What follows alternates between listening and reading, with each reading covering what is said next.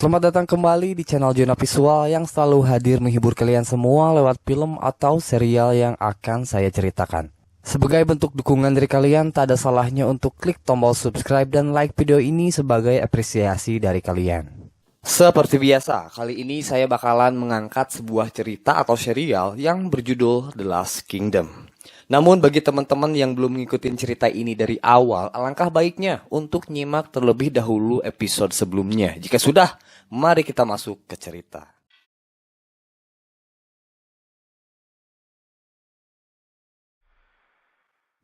Sebelumnya, kita mengetahui bahwasanya situasi nampak memanas sehubungan dengan mendaratnya Panglima Besar Viking Eoba di perbatasan Wessex. Yang mana kedatangan Eoba di sini ditenggarai oleh keadikuasaan bangsa Viking yang kala itu berambisi menaklukkan seluruh daratan Inggris termasuk kerajaan Wessex.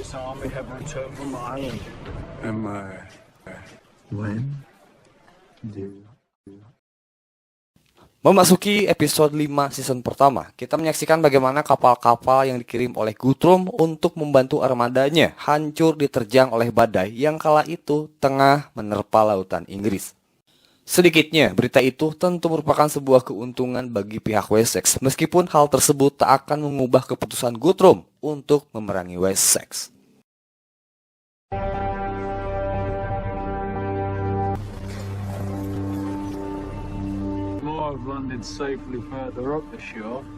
Terkait dengan hal tersebut, Yong Oda terlihat di pemukiman Liscombe untuk mengamankan Mildred mengingat situasi saat ini yang kian memanas. Awalnya, Mildred menolak ajakan Yong Oda karena ia teringat dengan pesan sang suami yang memerintahkannya untuk berlindung di atas bukit. Namun, pada akhirnya ia terpaksa harus ikut karena ia lebih mementingkan keselamatan sang anak ketimbang dirinya sendiri. Bahasan yang sama, King Alfred segera mengumpulkan jenderal terbaiknya untuk mendiskusikan sikap mereka sehubungan dengan kedatangan pasukan Viking yang kian mendekati perbatasan Wessex.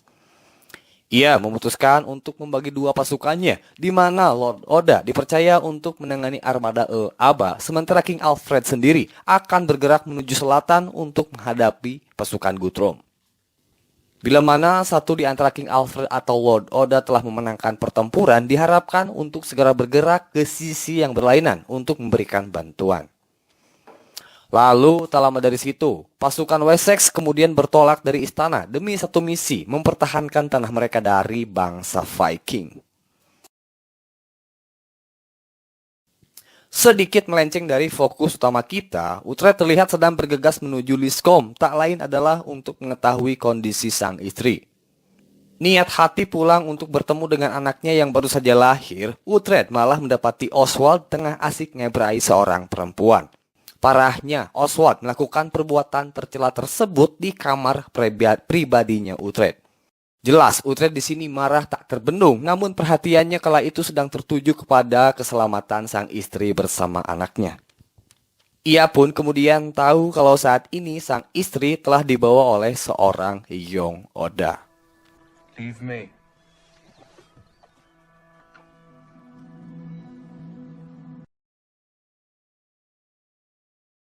Kembali ke pembahasan utama. Di sini kita akan berfokus kepada pasukan di bawah pimpinan Lord Oda yang diperkuat oleh anaknya sendiri, Yong Oda, dan juga Leofric.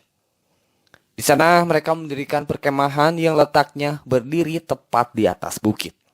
Bukit yang dimaksud rupanya berlokasi tak jauh dari bibir pantai, tempat di mana Aba dan pasukannya saat ini berlabuh. Untuk sementara waktu, Lord Oda memilih untuk menunggu, berharap Alfred memenangkan peperangannya melawan Guthrum dan kemudian membantu dirinya untuk mengalahkan Aba.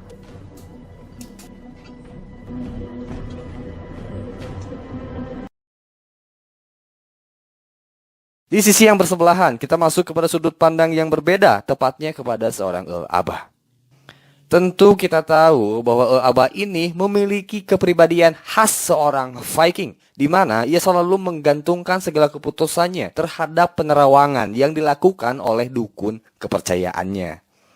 Sang dukun melihat bahwa majikannya itu berpotensi untuk memenangkan pertempuran hanya jika mereka melakukan serangan dengan cara mendadak. But that's bone dry and faded. Have your wish, Lord, and early. And then we Itu terlihat bagaimana seorang Leo Fritz tengah melatih kekompakan pasukannya, terbukti kala ia tak membiarkan anak buahnya hanya berdiam diri saja. Tak berselang lama, ke arah sana dan langsung mengarahkan pandangannya kepada seorang Young Oda. Tanpa banyak basa-basi, ia langsung menekan dan kemudian menanyakan keberadaan sang istri kepada Young Oda dengan cara yang sangat tidak wajar. Hal itu ia lakukan mungkin karena Uhtred sangat khawatir dan tak mempercayai apabila keselamatan sang istri harus berada di tangan Young Oda. Tak ayal, apa yang diperbuat Uhtred mengundang reaksi amarah dari ayah Young Oda. Padahal bisa saja Uhtred datang baik-baik dengan mempertanyakan keberadaan istrinya tanpa harus mengeluarkan amarah yang berlebihan. You've seen her. She's worse. With the smallest of pebbles jostling. I say you leave the way you came. Setelah pertikaian sedikit mereda, malamnya para petinggi berkumpul untuk membicarakan apa yang kedepannya akan mereka lakukan. Bila melihat letak di mana mereka berdiri, jelas bukit bukanlah posisi yang strategis untuk dijadikan medan perang. Dan juga mereka hanya memiliki pasokan makanan yang dapat bertahan setidaknya sampai 1 bulan ke depan. Akan tetapi, Lord Oda bersikeras untuk bertahan dan berharap Alfred segera bergabung bersama mereka. Maka demi menghindari kemungkinan yang paling buruk, Lord Oda bersiasat untuk bernegosiasi dengan pihak musuh.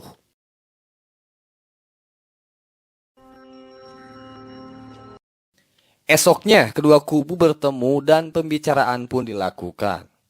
Pada pertemuan ini, Aba tak sependapat dengan permintaan Lord Oda yang berkeinginan untuk menunda peperangan.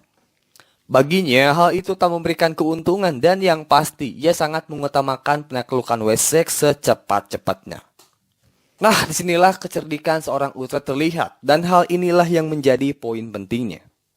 Uhtred berhasil memprovokasi dan membuat seorang Aba ragu. Ia berkata bahwa jatuhnya kapal-kapal Guthrum bukan semata-mata tanpa alasan. Itu diakibatkan atas kemarahan para dewa terhadap seorang Aba yang telah membiarkan kematian Ragnar berlalu tanpa adanya sebuah keadilan. Mendengar apa yang diutarakan Uhtred, emosi seorang Aba semakin memuncak dan ia semakin tak sabar untuk menyelesaikan ambisinya, yakni menaklukkan Wessex. Walaupun dibalik itu, Aba menyembunyikan keraguan berkat apa yang telah disampaikan oleh Uhtred. What now, huh? Shit. Now we have time. How? Dalam hal ini Lord Oda menganggap peperangan telah berada di depan mata. Ia menilai kalau apa yang dilakukan oleh Uhtred sebelumnya bukan semata-mata hanya omong kosong belaka. Pendapat seorang Uhtred yang tetap kekeh berkeinginan untuk melakukan penyerangan kemudian dijadikan bahan pertimbangan sebagai langkah mereka menaklukkan pasukan Aba. Solusi terbaik yang diberikan oleh Uhtred adalah membakar kapal-kapal Viking selagi mereka sedang beristirahat. Bila hal itu berhasil dilakukan, kepanikan akan menjadi titik lemah dan disitulah waktu yang tepat untuk menyerang pasukan Viking.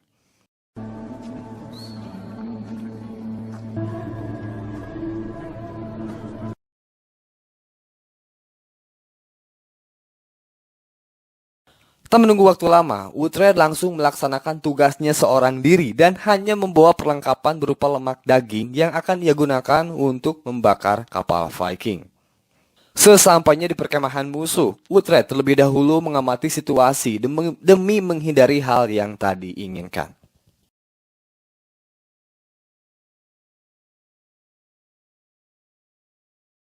Setelah suasana terlihat memungkinkan, ia mengendap-endap masuk dan berhasil sampai di tempat kapal Viking berada. Tanpa kesulitan yang pasti, akhirnya ia berhasil membakar kapal-kapal tersebut hingga membuat semua orang di sana terlihat panik.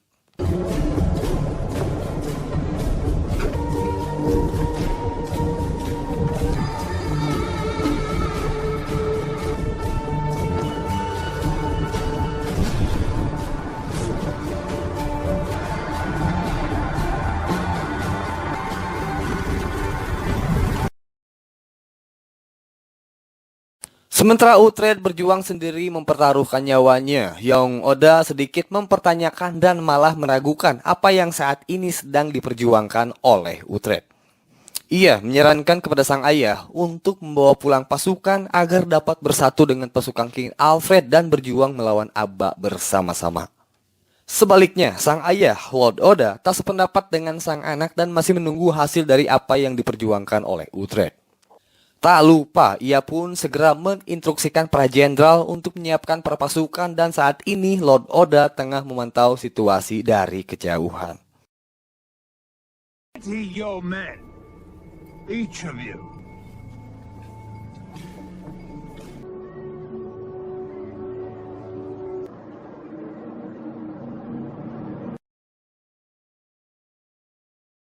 Setelah berhasil membakar kapal dan membuat kepanikan, Uhtred kemudian berlari agar keberadaannya tak diketahui.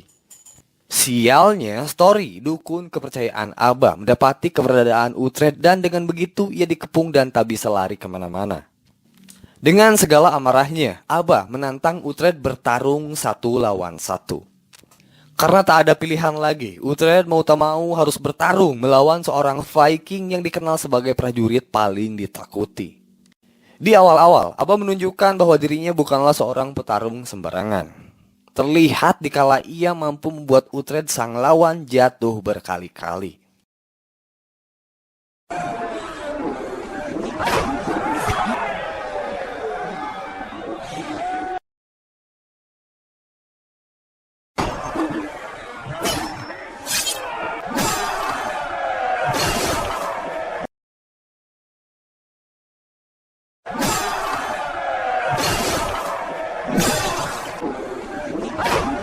Tubi-tubi, Uhtred masih mampu berdiri dan menahan gempuran yang dilayangkan oleh sang lawan. Hingga pada akhirnya, Uhtred mampu dibuat tak berkutik dan sedikit lagi jatuh dalam kekalahan. Akan tetapi, di detik akhir pertarungan itu, Uhtred mendapatkan sedikit celah dan ia berhasil memanfaatkan hal tersebut.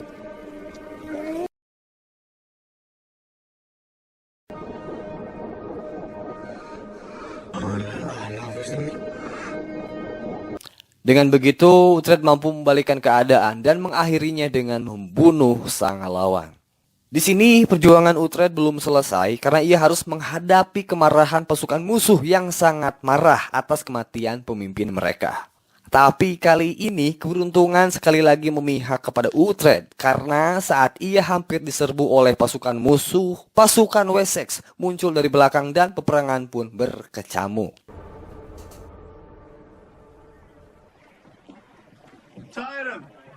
Peperangan dimenangkan oleh pihak Wessex dikarenakan pasukan Viking melemah tanpa kehadiran pemimpin mereka. Imbas dari peperangan ini, Lord Oda terluka parah namun tak lupa ia sempat berterima kasih kepada keberanian Uhtred yang memiliki andil besar dalam kemenangan Wessex. Berbeda dengan sang ayah, Young Oda malah seenaknya mengklaim kemenangan ini kepada King Alfred yang membuat dirinya dianugerahi sebagai pahlawan. Padahal sosok yang paling layak mendapatkan pujian atas kemenangan Wessex ini tak lain adalah seorang Uhtred. Abba is dead. True. It is good. When your father recovers, you will stand in his place. Tapi di balik itu, perhatian kita tertuju kepada Uhtred yang sudah tak sabar lagi untuk bertemu dengan keluarganya. Kegembiraan Uhtred nampak tak bisa disembunyikan dikala ia melihat rupa sang anak untuk pertama kalinya.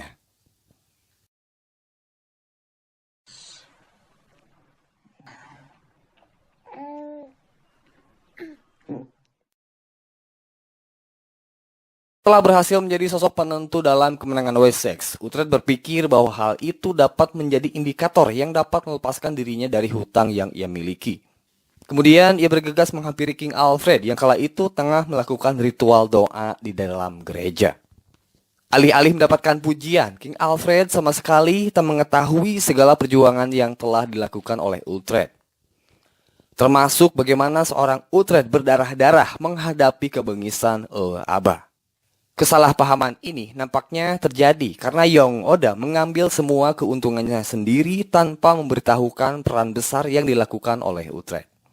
Sayangnya, situasi saat itu terbilang kurang tepat karena Uhtred datang memotong dengan marah-marah ketika King Alfred tengah khusyuk berdoa di dalam gereja. King Alfred akan sangat marah apabila ia diganggu ketika sedang dalam ritual doa. Suasana di dalam sana kemudian diperburuk ketika Uhtred mengeluarkan pedangnya di hadapan sang raja. Sontak perbuatan Uhtred tak bisa dibiarkan dan harus dijatuhi oleh sebuah hukuman.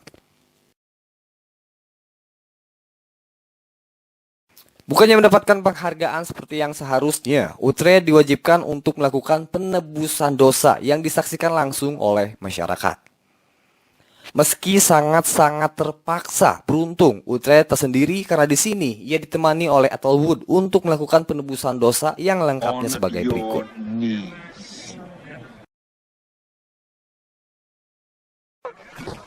Do not look at me! Ticklish angel! To God! Wan ini, Uhtred benar-benar muak dengan segala omong kosong King Alfred soal prinsipnya tentang Tuhan dan lain sebagainya.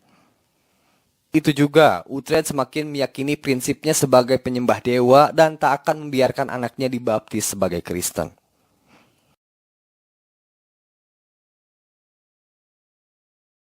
Setelah itu, ia berbicara dengan Leofric merencanakan sebuah perjalanan untuk mencari kekayaan.